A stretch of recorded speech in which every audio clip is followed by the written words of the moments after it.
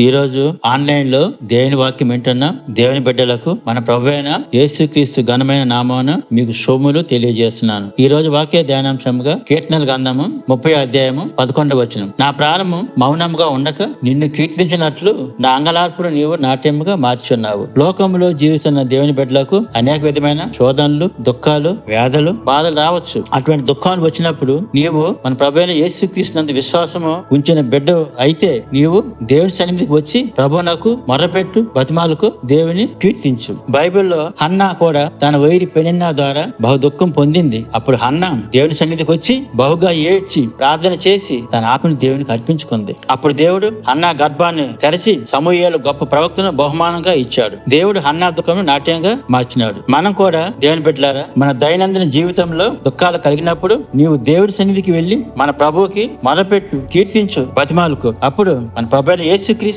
నీ దుఃఖాన్ని నాట్యముగా మారుస్తాడు. ఈ వాగ్దానాన్ని దేవుని బిడ్డ గట్టిగా పట్టుకో, ప్రభువుని స్తుతించు. దేవుడు ఈ వాగ్దానం నీ జీవితంలో గొప్పగా నెరవేరుస్తాడు. దేవుడు ఈ వాగ్దానాన్ని, ఈ వాక్యాన్ని దీవించును గాక. Have a blessed day. God bless you.